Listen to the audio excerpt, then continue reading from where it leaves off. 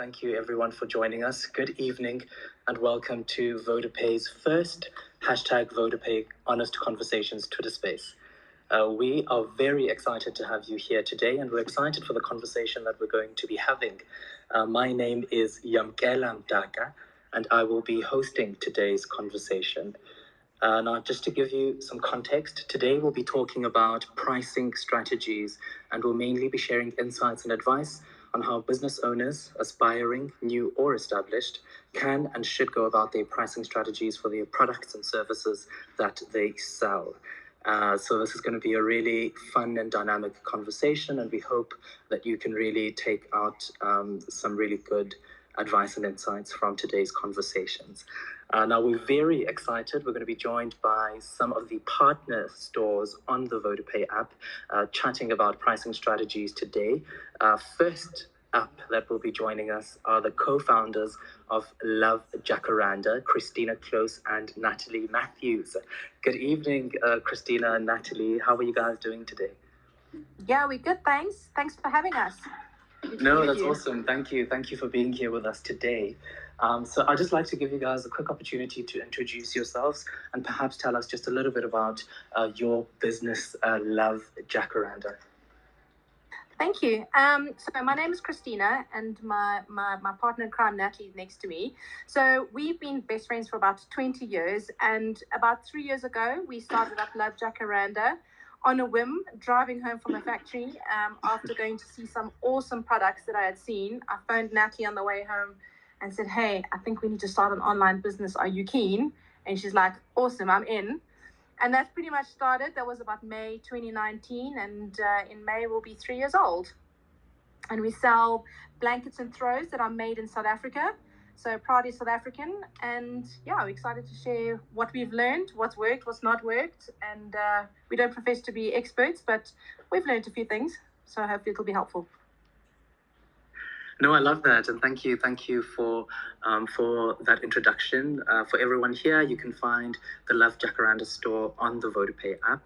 So please go through there and support, a local South African business. Thank you guys for that. Today we'll also be joined by Rian Kotsia, who's the founder of Orbit Rings, which is a South African family-operated business. Hi, Rian. How are you? Hi, thank you so much. Thank you for the introduction. It's good to be here. No, that's awesome. Thank you so much for joining us today. Rian, I'd like to give you an opportunity just to quickly introduce yourself and perhaps tell us a little bit about your business, Orbit Rings. Sure, thank you. So my name is Rian. I'm an entrepreneur and director of companies.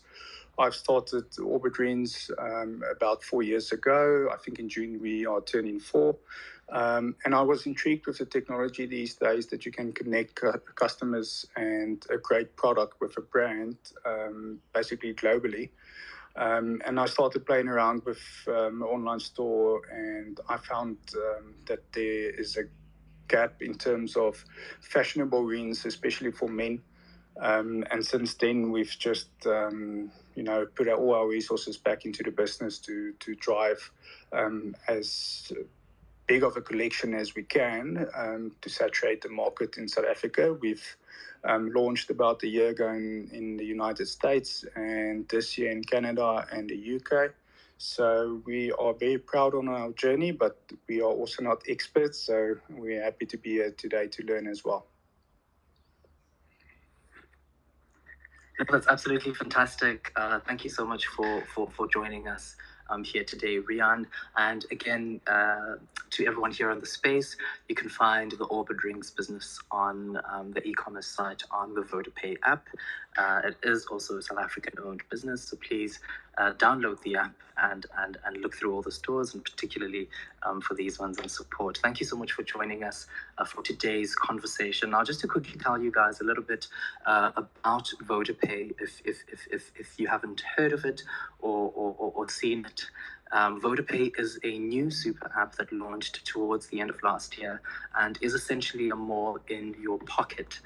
It is available to all networks in South Africa, not just Vodacom customers.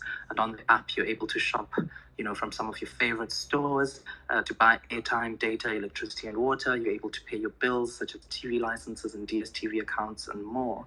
And you're also able to pay in store wherever you see a QR code. And there's so much more that you can do on the app. So we'd love to encourage you today to download the VodaPay app and explore.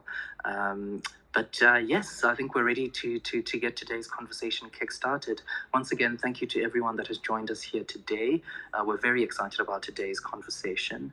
But please do interact with us. Today's hashtag is hashtag VodaPay Honest Conversations. So please tweet us throughout the space and share any questions you might have for our guests. Just to quickly recap that hashtag, it's hashtag VodaPay Honest Conversations. We're so excited to have you here. Let's get this conversation started. So I think, Rian, I'll start with you, and I think we can start this conversation from the very beginning. We often hear about businesses having to have a pricing strategy. Can you just talk us through a little bit about what a pricing strategy is and why it's important? Sure. So for me, a pricing strategy is all about assisting your market entry and or test new products to establish the correct price for your products to drive the best possible sales. So at the end of the day, it's all good and well to have a product, but at the end of the day, you would like to have the best possible strategy to get as many sales as possible. Now, I'm pretty sure we'll go into the depth and detail of that different types of strategies that you can find between Love, Jacaranda, and Aubergines. I think we've got quite a few different strategies, and I think in a nutshell, it's basically to test either a new product or a new business in terms of the best possible pricing for your niche market. That's fantastic, and I think I'd love to throw the same question to you, Christina or Natalie, just to kind of get your perspective on it, on what a price strategy is and why it's important. Sure, no problem. It's Natalie speaking. So for us, a pricing strategy is the process that a business follows basically to set the prices for their products and services. So you've got to hit a sweet spot where you're able to be financially viable as a business. You're able to cover your costs, build in a bit of profit, but you're also at that sweet spot where you've got a price that your customer is willing to pay for the product, such that they feel that they have received value, that they value what they've received. No, I absolutely love that. Thank you. And I think just still with you, Natalie and Christina, I'm interested to hear, how have the two of you approached your business's pricing strategy for Love, Jacaranda? Sure. So we sell products that are produced by a factory in South Africa. So we have some limitations in terms of our pricing. The factory sets a minimum advertised price, which sets our baseline effectively, and we have some flexibility to add to that price. For us, it was a bit of trial and error. When we first started, we took some products and we were effectively selling to friends and colleagues and seeing what they felt about the quality of the product and the prices and things like that. And the feedback that we got was that the quality of the product was really good and that we could charge more, actually.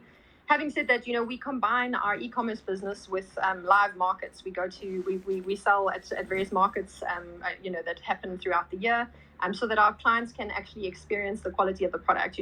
Sometimes people might think a blanket or a throw looks really beautiful in a photograph, but they're not sure what it's really going to feel like. So you have an opportunity for them to interact with the product. And depending on the type of people that approach those or that are at those markets, sometimes clients have felt the product was really, it was really good value for money, and then others will feel that it's a bit too expensive. So I think it's also really important to understand who is your target market, and your pricing needs to speak to that. Oh, I absolutely love that answer, and you touched on something that we're going to talk about a bit later, because I imagine it to be quite difficult to find the right balance, trying to figure out whether you are undercharging or overcharging for that, but we'll get to that in a minute. Rian, we'd love to hear from you as well, just on how you have approached your business's pricing strategy. Sure. So for us, it was all about testing the different various marketing channels, testing our customer base, testing the technical capabilities of the platform that we used. And the approach was, let's enter the market with a very cheap product that, don't have lots of barriers for people to buy. So typically anything under 200 Rand, that's something that you can lie in your bed and quickly take out your credit card and buy without having, too many barriers for the customer to look at it. And that product for us was a silicone ring.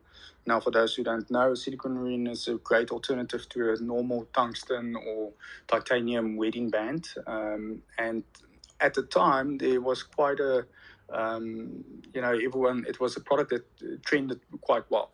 But the problem we realized was that with low price point products, your profit margin is very low. So the volume that you need to churn is it's so many products that you need to sell to actually make a profit to cover your overheads. So we quickly realized, okay, we have proven our strategy that people will buy online. We've resolved all our processing and distribution and all our suppliers, and we've actually found the sweet spot there. And then we started realizing, okay, now we can design and speak to our goldsmiths to get better and more expensive products into our store, and obviously price that accordingly to have higher profit margins so that we can push all that profit that we are making back into the business to even sell more and get more features and pain relievers for the clients in our niche.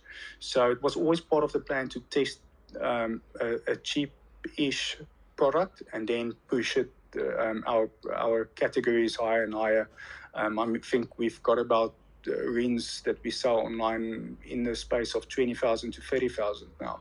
So obviously our pricing strategy is for the low LSM and the upper income LSM market at this point, and that's been part of our journey from the start. Sure, thank you for that answer. I think when you think of a pricing strategy, initially it sounds like something that would be quite simple to get through, but just listening to how your two businesses have approached this particular thing, it becomes quite clear that it's something that needs a lot of consideration, a lot of thinking, and a lot of testing. So thank you for sharing those insights with us. And I'm interested to hear from you, either Natalie or Christina. How has having a store on the VodaPay app expanded your customer base? So I think small businesses like Orbit Rings and Love Jacaranda dream of the day of having a customer base as large as Vodacom's. And the VodaPay app already, I think, has got over 1 million downloads. That is 1 million people that are tech savvy, who are open to digital transactions, and that for us as an online business is a massive filtering mechanism for us, and that's 1 million people that are open to buying from us online. And as a small business, you can only dream of accessing that kind of customer base. So that is our primary benefit from being on VodaPay. Obviously, the app is only a few months old, and we're still at the beginning of the curve. But it's very exciting for us to be on a platform that has already so much access to so many people. And let's be honest, Vodacom has a much larger marketing budget than Love Jacaranda could ever possibly have. And it's an incredible way for us to actually broadcast ourselves to this market and get ourselves out there and actually get more feet traffic to our store, literally. No, I love that. Thank you for sharing that with us. Rian, I'd like to ask you the same question. Yes, I'd like to ask you the same question. Sure, I echo that. From our perspective, we need to be accessible on all digital channels. And, the word omni-channel is very much true. So you can find us on basically all channels. And the proposition for us around VodaPay was that this is just another great channel for us to harvest and exploit in terms of traffic and access to our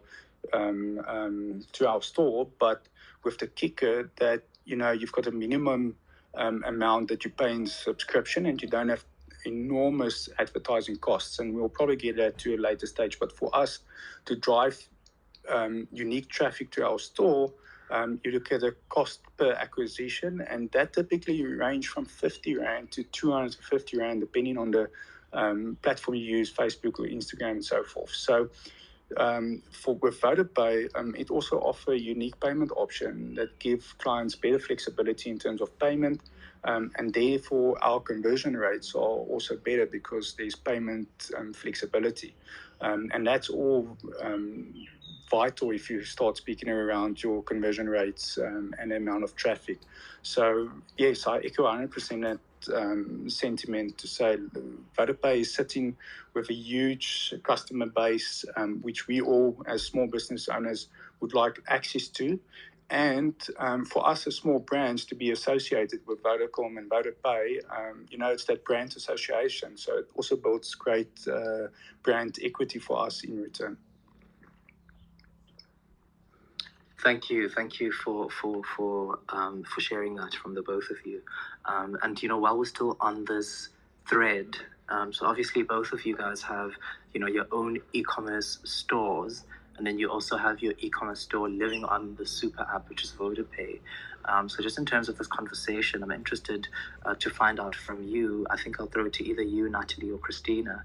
What are the considerations one has to make when pricing for an e-commerce website or, a business that's going to live on a super app like VodaPay versus when you price your products for a physical retail store?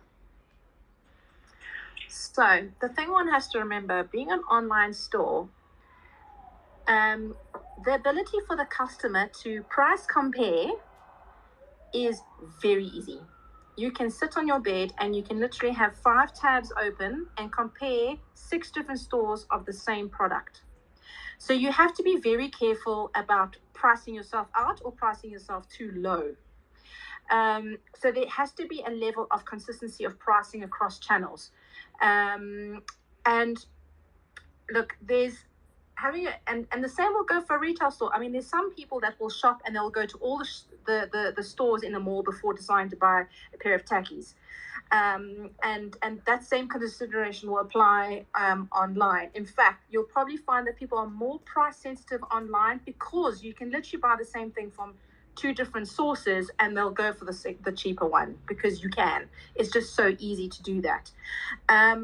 So for us, we maintain price parity between VodaPay and our online store and at our market. We have the same price everywhere. When you're selling online, however, you do occur some extra costs. So for example, when we ship the product to you, we have to pay for packaging to put it in a box. We have to pay a courier to get it to you. So that's an extra charge that's over and above the cost of your product. Some merchants choose to include that in their sale price and they'll say free shipping over a certain amount, etc. But you have to be able to absorb that in your margin. If you're keeping a margin relatively low, that charge needs to be added over and above.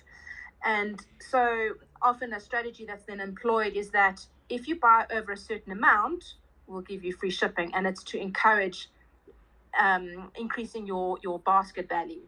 And I think it's quite an acceptable fee to be charged on a website. I think most customers who buy online realize that there's going to be a delivery charge, so we add it on. So for us, when we sell on VodaPay, we pay a fee to VodaPay to be able to sell on it, and that's our cost of doing business on VodaPay. And that is for us, let's call it marketing spend. It goes towards the marketing power of VodaPay. Whereas selling on our online store, we spend money on marketing, on social media, etc., and Google to drive that traffic to our own website. So whether we're spending on VodaPay transaction fees or we're paying on marketing costs, it all works out in the wash. Yeah, so we believe in price parity across channels. Oh, thank you. Thank you for that answer. And I think you actually just brought up something that's very important, and that hadn't necessarily come to the front of my mind. That, when you are on an e-commerce website, you're able to immediately compare prices on literally all the products that exist in the store. So I think that's actually is really an important consideration, within the pricing strategy as well. So thank you so much for sharing that insight. And Rian, I'm interested to hear from you as well. I think in an earlier conversation that we had, you had also mentioned that actually I think you'd written a book, about how to go about launching an e-commerce website. So I'm interested in what your insight would be in terms of the considerations that one has to make when pricing for a super app like Vodacom or the e-commerce website versus a physical retail store. Sure. So in terms of the comparison between a physical retail store and an online store, your biggest expense with a retail store is typically your lease or your rent. So that would most stores will say, for especially smaller stores, will say it's about 60 to 70% of their expense just to cover the lease. But that lease offer them traffic in the mall or traffic wherever they are, which bring people to their store to make a purchase. Now, an online store, you almost need to expend or have the same expenditure or budget. 60 to 70% of your revenue should go into marketing to be successful. But it doesn't help you just throw marketing budget and advertise all over the place.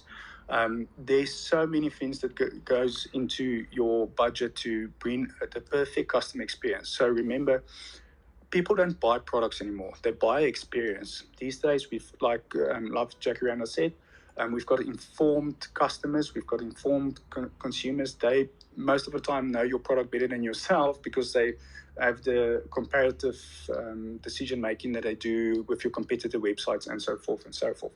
So they're looking to buy experience from you. And that experience includes your packaging, your look and feel. There's even the stickers on your packaging, on the tissue paper that you put on your product, the box that arrives at the client, the whole, from the start that they engage with you, the whole brand cohesiveness, everything. And all of that costs money. You need to employ photographers, you need to employ videographers. Remember, today everything is video first.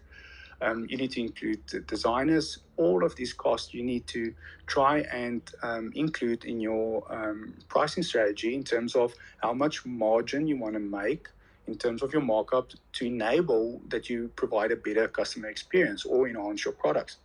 Now, earlier I touched on it, in terms of marketing, the key metric there is cost per acquisition. So how much, if you let's take, for example, a 500 Rand product.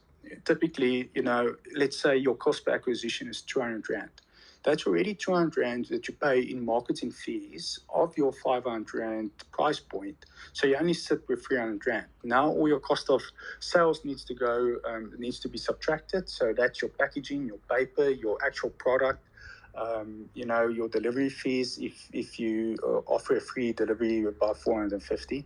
So there's so much that you need to take into consideration, but you don't have to do that overnight. The beauty on an online store is you can start off with your product if you've got a unique product and with lots of features, and that helps the customers in terms of their pain points.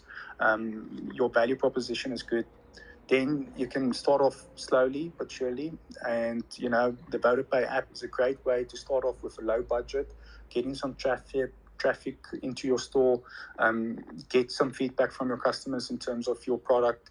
And then at a later stage, you can start running ads, even through the VodaPay store, to start scaling your business. So it's from a cost perspective, if you want to be successful and provide a perfect customer experience, then it's almost like in terms of costs. Sorry, Rian, I think we've lost you a bit there. You're sounding a bit muffled, so you might have your finger on the speaker. So please just try changing your hand position, perhaps. And sorry about that. I'm not go. sure what There you go. missed. Thank I'm not sure what you missed. I hope I've answered the question. No, that's perfect. No, I think we got most of your insight. Thank you so much for that, Rian. And thank you to everyone that's also just joined us. We're almost 30 minutes into our space. And just for anyone that has joined us right now, today we are talking about pricing strategies, and we're mainly sharing insights and advice on how business owners aspiring new or established can and should go about their pricing strategies for their products and services that they sell. We are talking to two partners, to two founders of partner stores on the VodaPay app, the co-founders of Love Jacaranda, Christina and Natalie, and we're also joined by Rian Kotia, who's the founder of Orbit Rings. I'd just like to quickly remind everyone that, please do tweet us through the space and share any questions you might have for today's topic or for our guests. And the hashtag for today is hashtag VodaPay Honest Conversations. So yes, jumping straight back into the conversation, Rian, I think I'd like to throw this back to you, to you again. Actually, no, I'd like to throw this to Natalie and Christina. So I think one thing that someone that does run an e-commerce store perhaps can struggle with is kind of finding space for offering their customers discounts and deals. So the question I want to ask you is two-sided, two-pronged, however you'd want to put that. So the one side of the question is, what role do you think that customer discounts and deals play in keeping existing customers and attracting new ones, and does having your store on a super app like VodaPay sometimes in certain instances give you more leeway to offer those kinds of discounts and deals to your customers? Okay, so the thing with selling online is you don't have a salesperson there coaxing that person to buy. You can't see their facial expressions. You can't read their mind in terms of what questions they have in mind. So you are entirely at the mercy of how well you've built your website and how much they want that product. So a strategy that's often employed on an online store is discounts to actually get you over the line. There is what's called a marketing funnel that a person will go through in terms of their buying decision process. One is like, are they aware of your product? Then are they interested enough that they go to your website to consider it further? Then if they like it, they'll convert, and then from there they'll become hopefully a loyal buyer once they've gone through your experience at least once, and then become your advocate. So the other thing to remember is that on average, a person will buy on your website after the third or fourth visit. It's not just like walking straight into a Woolworths, etc., and you go, I want that shirt, I'll take the shirt, and I'll walk out with it. There's often interruptions in the buying process, so they close the window and they'll come back later, or they get a phone call, etc. Often there's interruptions in the buying process, so you need to get that person back to the website, and sometimes that's done by either emails, retargeting, advertising, but sometimes it's that discount to get them over the line. And that discount is something that Natalie and I wish we had known about when we first started the business, and factoring that into our pricing, because very often we've had to employ a discount to actually get that transaction on the line. So for the time being, for example, we want to grow our newsletter base. So we offer a discount if you sign up to our newsletter. And that way we build a subscriber base. And that way we also incentivize you to make that first purchase. Making that first purchase is important, because once they've experienced your brand from beginning to end, and like Rian was talking about, the packaging, the sticker, your whole experience when you receive your product and you open and you're like, wow, this is awesome, versus, sheesh, man, like they just chucked this in the box and they've chucked it on the car and they've brought it to me. It really goes a long way to creating brand adhesion, and they will come back again if their experience with you was seamless, it was awesome, and the delight in opening their package. So you really, really want to get that first purchase.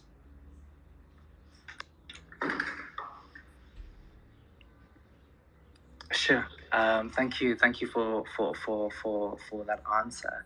And Rian, I'd like to ask you the same, kind of double-sided question.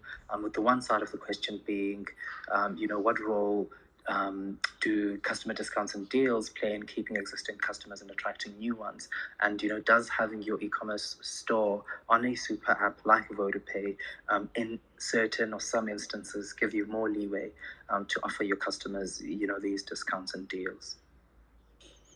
Sure, thank you. I echo the statement previously. A well-structured campaign with discounts around the campaign, around your funnel is absolutely crucial to drive more and more sales.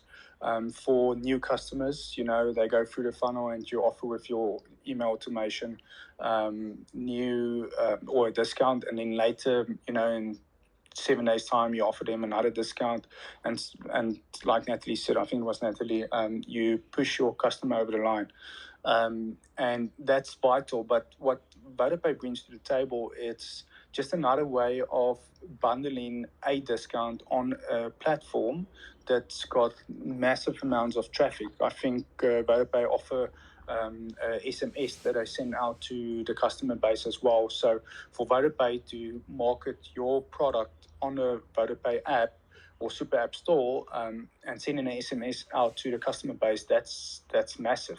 Like Natalie mentioned, we struggle to build audience, and we have to incentivize our customers to get to even 0.1% of the audience size that VodaPay have. So for us to have the flexibility and the access to run different discounts through VodaPay is that's a lot of great returns in terms of what the app offers at the end of the day. I hope that answered the question. Michaela, can I just quickly add on the whole discount thing? Yes. There's a balancing act to be had though about discounts, because one has to be clear: are you a discount brand, or do you give strategic discounts at certain points in the life cycle of a customer? There's some brands that really position themselves as a discount brand in the market, and we don't want to be a discount brand. That's not our business model. So we are very careful about how and when we apply a discount. It's not just like across the board, as a standard practice. It's very strategically done.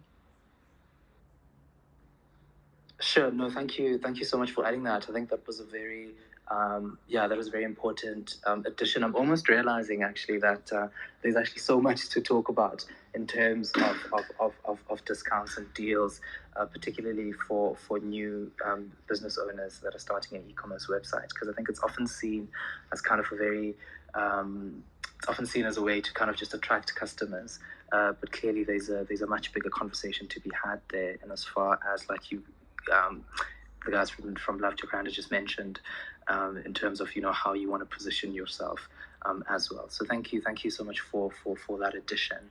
And Christina, I'd like to ask you a question here, and I think it was something that we had mentioned earlier.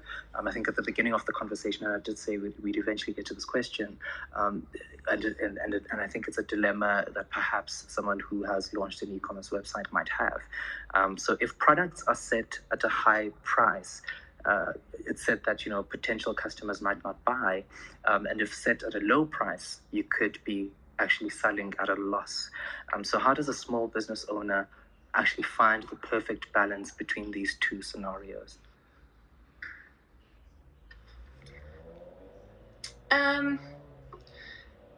It does come with a bit of trial and error.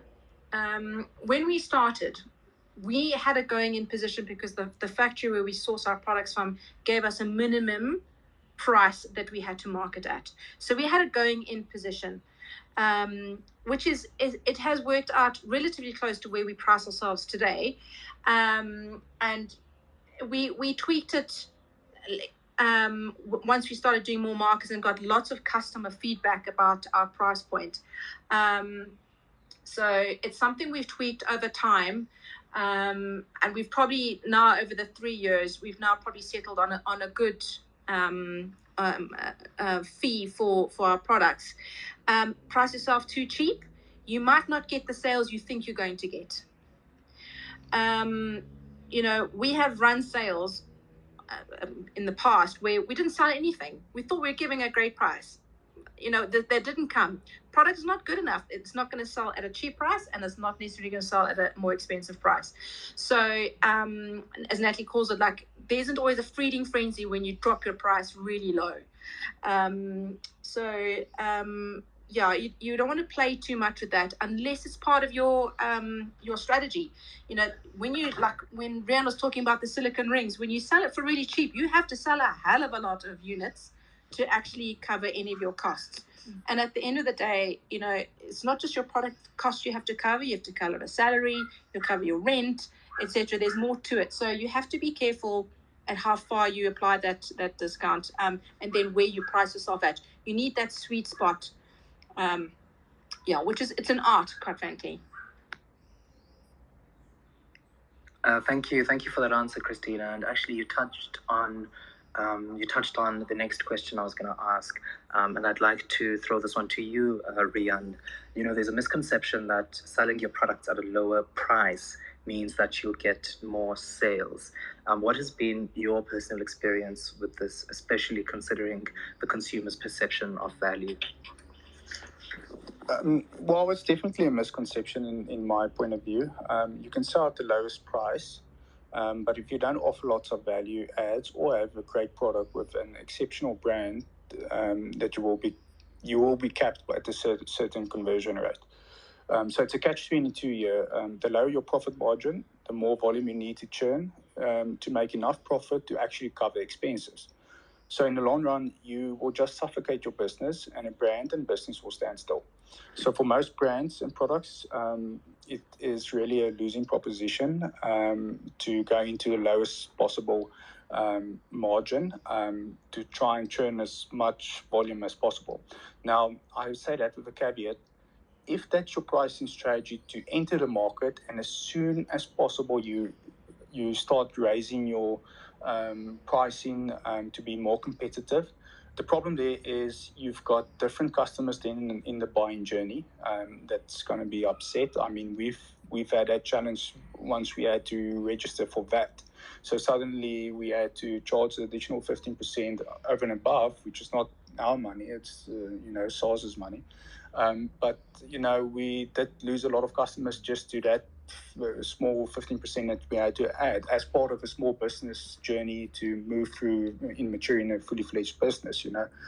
The thing is, that sweet spot that Christina and Natalie is talking about, that's very true, and it is an art that only you as the founder of the business really understand, because you've got a feel for it. I'm pretty sure Natalie and Christina are constantly screening for their competition, looking what their competition is doing, what they're adding and so forth. They've got a pretty unique product, so I don't think they've got a lot of competition. On our end, we've got lots of competition from the big guys, NWJ to Stearns, and all are targeting our brand at this moment just because our marketing is doing well. But needless to say, for us to improve in a business, we can't do low margins anymore, even if it means we have record amounts of product that we sell. We need higher profits, but I think over the past 4 years, we've received, or we've gained trust with our audience, because they see the revenue are going back into the business to get better marketing, to get better videos, to get better packaging, to get a better experience. Every second month, we are introducing a new product or style. I think we are one of the leading South African stores with the most variety in ring styles, sizes, and colors. And to be able to do that, you can only do when you have a profit in a business. So the informed customer is almost expecting a business to, bring more to the table. And you can only do that with a bigger profit at the end of the day. Sure, thank you for sharing that insight, Rian. I think that there really is a lot to think about in this particular genre of things, particularly when it comes to talking about how low or high you go with your pricing. But just yes, to everyone that's joined us, thank you so much for being here. Just a quick reminder, please do tweet us throughout the space and share any questions you might have for our guests.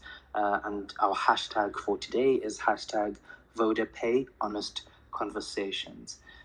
So still keeping in line with our conversation on perception of value, particularly, I'd like to ask either you, Christina, or Natalie, on how consumers perceive value. So what are some of the things that affect a consumer's perception of price or value? Excuse me. Let me just start that question again. What are some of the things that affect a consumer's perception of price or value, and how does this impact a small business owner's pricing strategy? All right, so I think there are a number of things, obviously, that would impact it. Brand is obviously one. I think, if you just look at a generic product like a mattress, for example, someone would be more inclined to spend more money on a branded mattress, which that company has spent a lot of time building an association of quality to, and so brand can impact your price. Also, the quality of the product. Price can be an indicator of the quality of the product. If you see a really low price, it's natural to believe that the quality of that product may not be as good. If you can find the product somewhere else at a cheaper price, that is also an impact. And how convenient it is. Sometimes if you're standing in front of a product and it's right there, and there could be 10 other stores you could go to and you could price compare, but really it's just convenient to take the one that's in front of you, even if you could have saved $50 or $100 going down the passage. So what's been interesting for us is, and been quite gratifying actually, is people have responded so well to the fact that that the product we sell is a South African made product. And they feel really good about buying a product which supports our local economy and supports local jobs. And so they're willing to pay a good price, a reasonable price for a local product, as compared to, trying to find a cheaper product which has been imported from another country. I think also, I just wanted to bring up the point that the product that we sell is not what we would call a low commitment buy.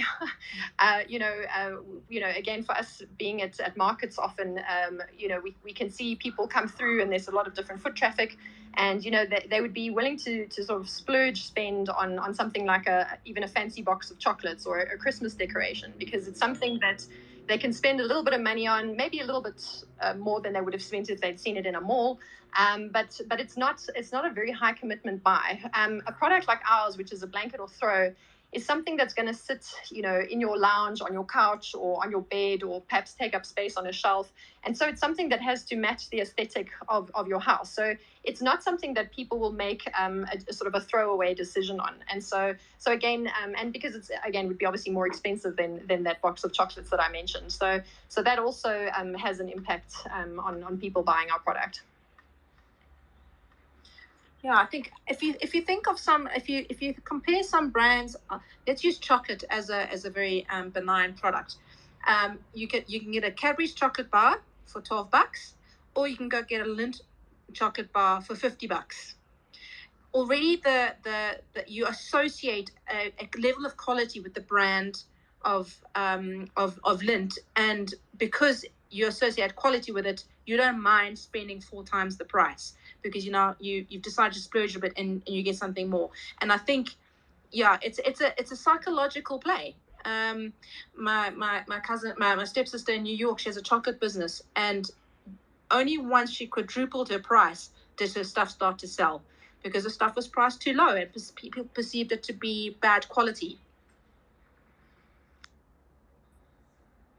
Sure. No, thank you for sharing that. It almost seems that this is almost similar to whether pricing high or low. It's kind of like that trial and error that one has to go through to see how their customers respond to that. But there are also some key considerations as well, like the positioning of the product, what type of product you're selling, and where you want to be in the market. So thank you so much to you, Christina and Natalie, for sharing those insights. And I'm not sure who to throw this question to. We've got just under 15 minutes left of this space. But I mean, I can't talk about pricing strategies and not ask the question which I think a lot of us have on our minds. And that question is, why are small business owners often so hesitant to share their prices on social media platforms such as Instagram and Twitter? I think we've all seen kind of the DM for price responses to comments. Could anyone perhaps offer some insight on this? I can take a stab at it. I'll try and be quick so that Natalie can answer as well. Okay, awesome. I think it all depends on an entrepreneur. I think sometimes small business owners start out with no website, and they feel if they expose their pricing, then their competitors can undercut their price. So there's that scenario. Whereas where a matured business, all your pricing is available online, so in any event. So we tag all our products on our post in any way to showcase the pricing. But it depends on the product, because some products have lots of many versions or options, and the entrepreneur just would like the customer to talk to them directly in their message so that they can clarify, okay, do you want the 5x5 meters one? Do you want the 1x1 meter one? All of that. And also, I think a lot of entrepreneurs feel if they personally speak to a customer on their inbox, then the chances of converting them is far easier because they've got a personal touch with the customer. So I think I can understand why people or entrepreneurs are doing that. But yeah, that's my 10 cents, I believe. For us, quite simply, we want you to go to the website. There are a lot of people who ask the price and have no intention of buying. Once you've actually clicked through to go to the website, you have a minimum buying intent. You are curious enough to go and look for more. And as Rian says, our products are all tagged on our posts, but it's actually amazing how many people don't actually just tap on the picture and see the price right there and then. But we really want you to get to the website. We also don't want to debate in the comment section about how cheap or how expensive something is, because that can open a whole can of worms. So it's really, we would like to, it's kind of like a filter. If you get you to the website, you are that much more interested in actually going down the funnel. Sure, thank you so much to both of you for sharing that insight, because I think for perhaps non-business owners it's become quite a contentious conversation, and I think that particular insight I hadn't necessarily thought about it that way, but I think it actually really does kind of paint a fair picture of why a small business owner would be hesitant to share their price on social media. So thank you so much for that. I think a lot more people kind of need to hear that insight. I want to add though, if you don't mind. Yes, I think one of the things that I would say as a consumer myself is one of the annoying things is where people put, for example, they show their products on Instagram, and then I'm quite happy to click through to the website, but then at least link to the actual product that you've shown on Instagram, because it's so annoying to you've kind of seen, I don't know, a pair of shoes that you really like and you're potentially interested in buying them, and then you click onto the page, and then you're scrolling around trying to find this product. I think it's so annoying. So I think if I give advice to others, just make sure that those that your ads link directly to the product that has interested the person.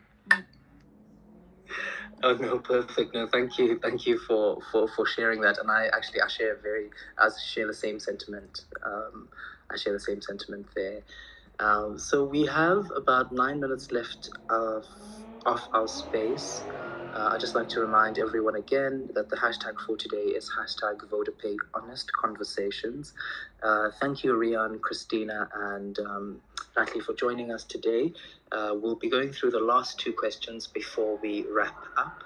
And the second last question that I'd like to throw is, what are some of the common mistakes that new business owners should perhaps try to avoid? And these could even be mistakes that perhaps you have made in the beginning of your business. So what are the kind of common mistakes that a new business owner should avoid when pricing their products launching their first e-commerce store? I'm happy to start with that one.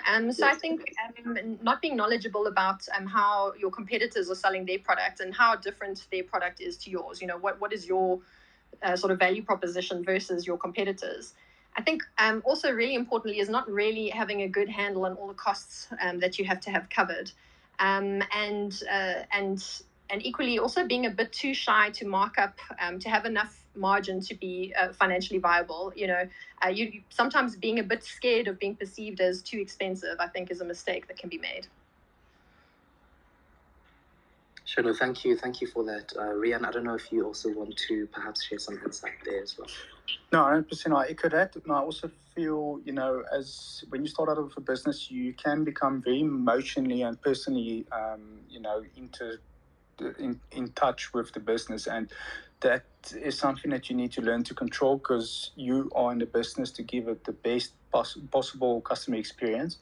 And if a client gives you negative feedback, you need to turn that around and take it on the chin and call the customer and speak to them and say, sorry, we've stuffed up, here's a discount, here's a refund.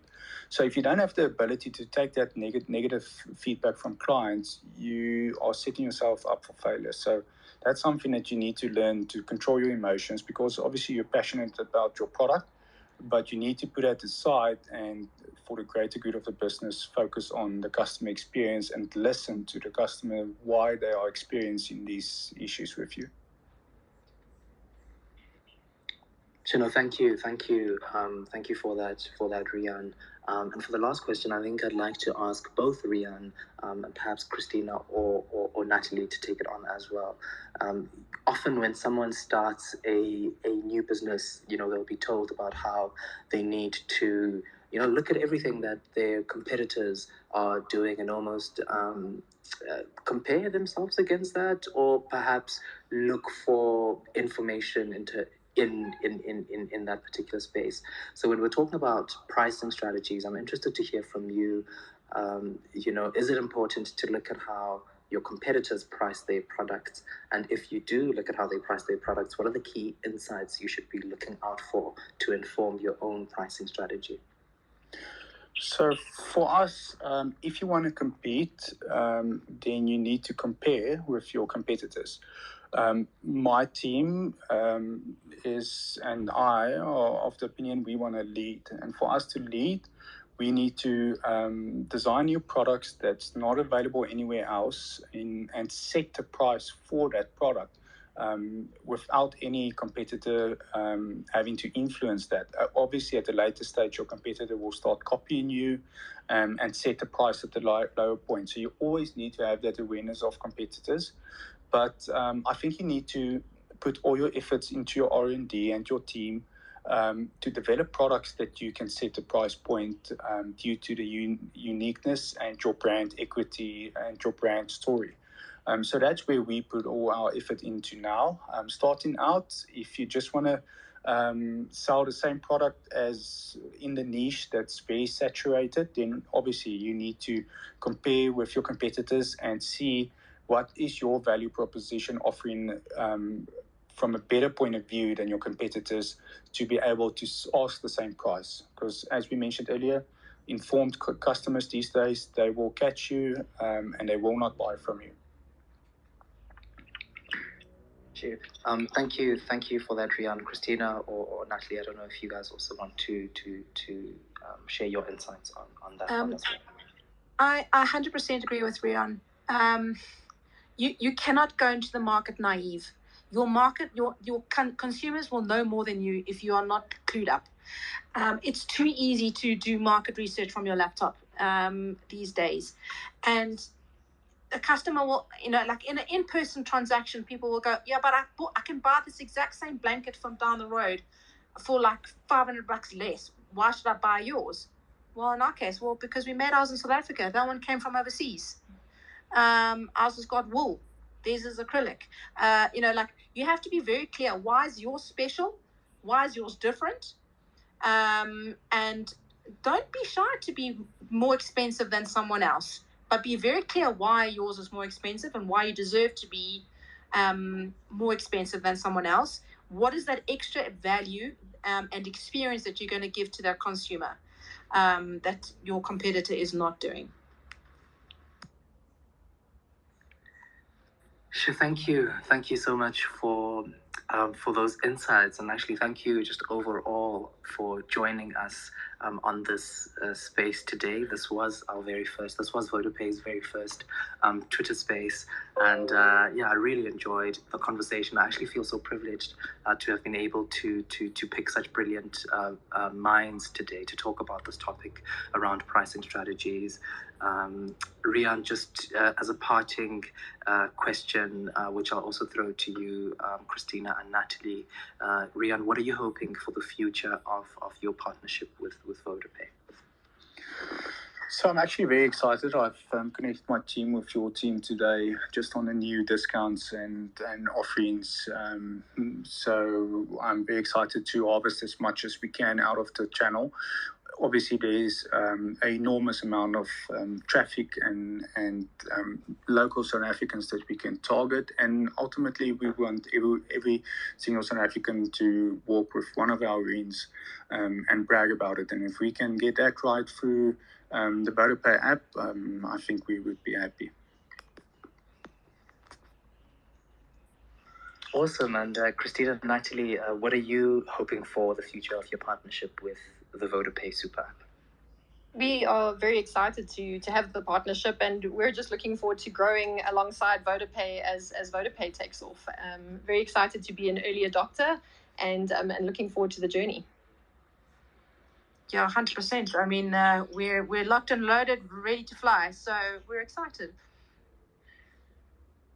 No, that's really great to hear. And like you mentioned, I mean, VodaPay has only been around for a couple of months, and I guess both of your companies are kind of going to grow in making history with this innovative super app that we've just launched, that has been just launched here in South Africa. And with that, I would like to say thank you to Riaan from Orbit Rings. Thank you, Natalie and Christina from Love Jacaranda for joining us here today. And thank you to everyone that's joined on this space today. I think this was a really insightful conversation. We will keep the space up on the VodaPay page. So if you do want to share it with friends and family, if you do have a friend that's an entrepreneur or wants to be an entrepreneur and has been thinking about this particular topic, please feel free to share the link with them. That conversation will be available for them to hear at any time. But otherwise, that is the end of our very first Twitter space with VodaPay, #VodaPay Honest Conversations. Over the next few weeks, please be on the lookout on our social media pages. We'll be doing a lot more of these conversations, and really what we're wanting to do is to empower entrepreneurs and empower people in general on how to elevate what they have, step into their light, step into their purpose, and do the work that they love to do with the right information that will allow them to grow and go further. So thank you so much for joining us today. That is the end of today's conversation at 7 o'clock on the dot. Our next space will be taking place on the 8th of March, which is International Women's Day. So please do join us there. We will be talking to some partners from our VodaPay app that are women entrepreneurs and just kind of talking about their journeys as women in the entrepreneurial space and landscape here in South Africa. But otherwise, thank you so much for joining us today, and that is the end of our space. Thank you to Riaan, thank you, Christina, thank you, Natalie.